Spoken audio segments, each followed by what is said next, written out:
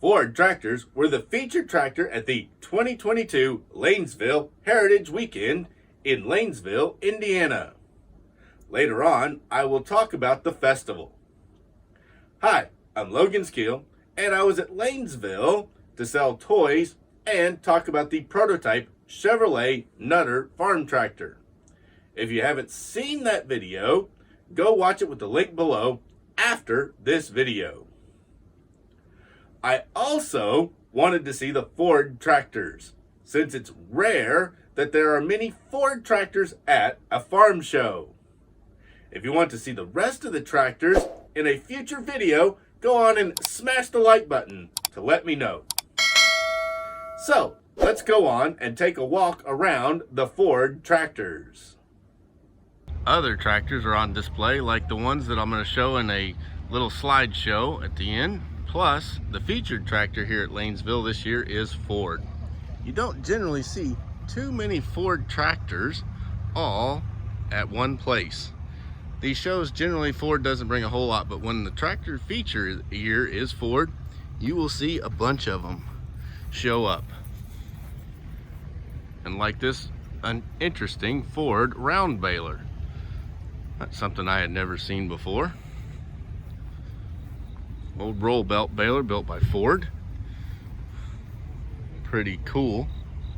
Looks like it's a 552 roll baler, according to the model number painted on it. Could use a restore, but I'll bet you this sucker is actually still being used on the guy's farm, along with many of these other tractors. You'll find tractors in all types, from the Ford 4000 here, it's all shiny and fancily restored, to these little garden tractors, that Ford backhoe. And ultimately you find a whole bunch of them, like this one over here, this 5000 here, sitting next to the nice shiny restored one. You find an unrestored farm tractor that's probably still working right out in the fields. That's what these shows bring, a whole bunch of stuff. Then you've got, here's another 5000, but this is a wide front. And then finally here, look, 4000 row crop. But look what it's got, a mounted run row picker on it. Isn't that cool? They do have trams here, and that's what you hear behind me. Here's a little old Ford in-series tractor. That's what the Chevrolet tractor was to compete against. And of course, there's a lot of guys that they take great pride in their tractors, so they'll cover them up at night. But there's some old Fordson Model Fs. God, that was the most popular, most well-built tractor that ever was. Another row back there, 961, back when they were red bellies still. Then they went to the blue bellies, and then all blue. Ford did some really cool colors. Now here's an odd one, an orange Fordson. Not really sure the story on this guy. Let's see on its tag. It's a 1938 Model N. Isn't that cool? Called the All Around, with a pulley and a PTO on it. Bet it wasn't a live PTO. There's another Ford. Ford was famous for these size tractors. They were really, really simple tractors, but man, were they popular. They were everywhere. Live PTO on that one. It's the replacement for the N series, but they kept making the same small size tractor, which pretty much nobody else did. They kept making bigger and bigger, but Ford, they kept making their smaller tractors.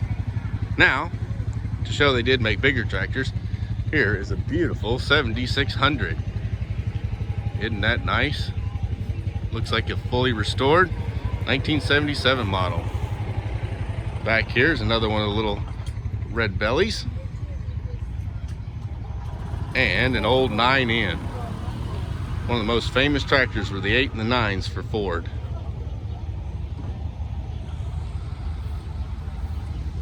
A Ford lawnmower here. Ford made pretty much the complete line at one time. Everything you needed to run your farm and drive to work in town, you could get it from Ford. Ford 3000 here. Looks like it has a lift on it. a 961 Power Master. Ain't that sharp? Narrow front end.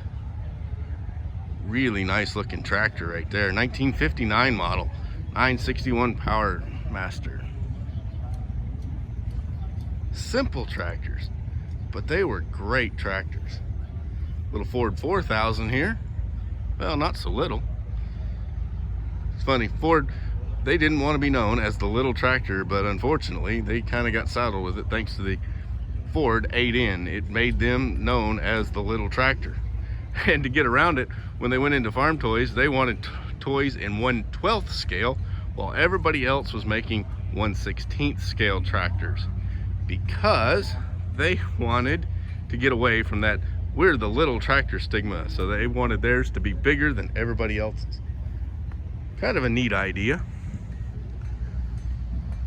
And this is probably one of the biggest collections of Ford you'll ever find at a show. Generally you'll see one or two, and that's about it.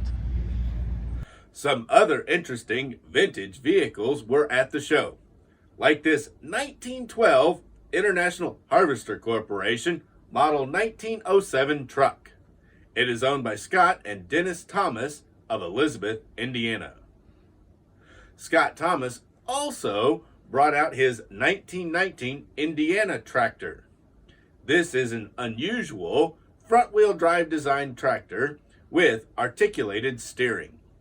Another international harvester that you don't see very often is this 1916 IH Mogul Model 816 tractor. This Mogul is owned by Scott Thomas and David Garrett. Scott Thomas must have been an avid IH fan, as here is another he brought along with Tyler Mathis. It is a 1921 International 816 kerosene tractor. Scott and Tyler also brought out their very unusual 1918 Hyder Model D tractor. These tractors show off how internal combustion engine powered farming has been effective for over 100 years.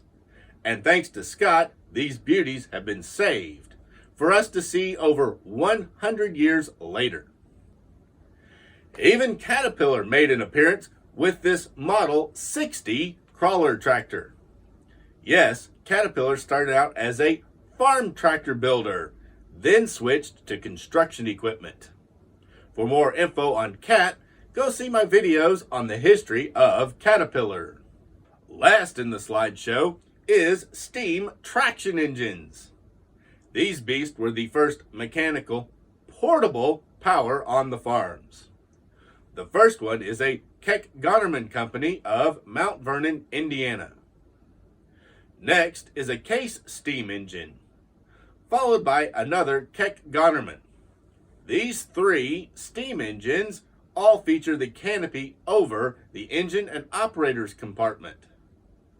The last steam engine there is a Nichols and Shepard Company of Battle Creek, Michigan.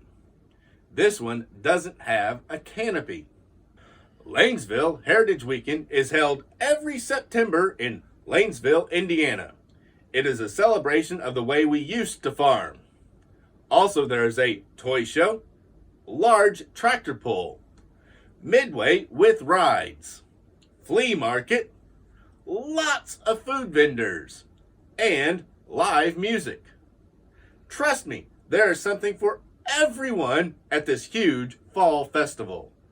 And the best part, admission is free. Lanesville Heritage Weekend was originally created to celebrate America's bicentennial by the Lanesville High School FFA. The grand scale of the event that they planned was too much for a high school club, so they went to community leaders, churches, and other civic organizations to get the festival off the ground. Instead of just a one-time event, the community decided to make it an annual festival, with the first one being held in May 1976. Over the years, more events were added, and the festival was moved to the fall.